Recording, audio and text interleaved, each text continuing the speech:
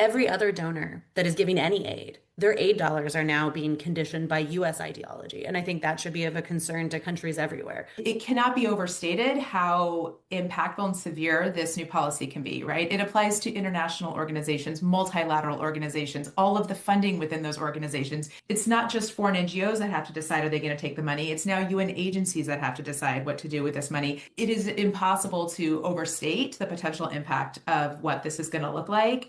There's so many new entities that have to understand this policy. I mean, in SRHR, we've been contending with it on and off for the last several years. We understand it quite well. These other organizations, entities, movements have no idea what's about to hit them, and the learning curve is going to be huge. So there's a lot of risk and a lot of questions and unknowns about how this is going to play out. And I would just urge entities to not overcomply, to think deeply about it and make those considerations.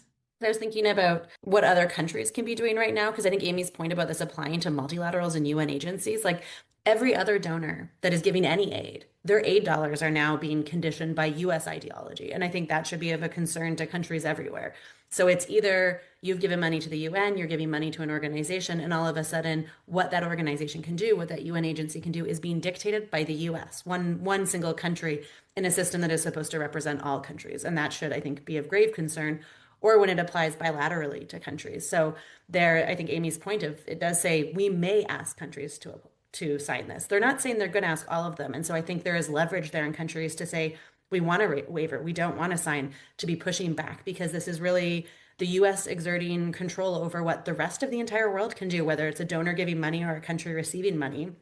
And there's power in numbers, there's power in pushback.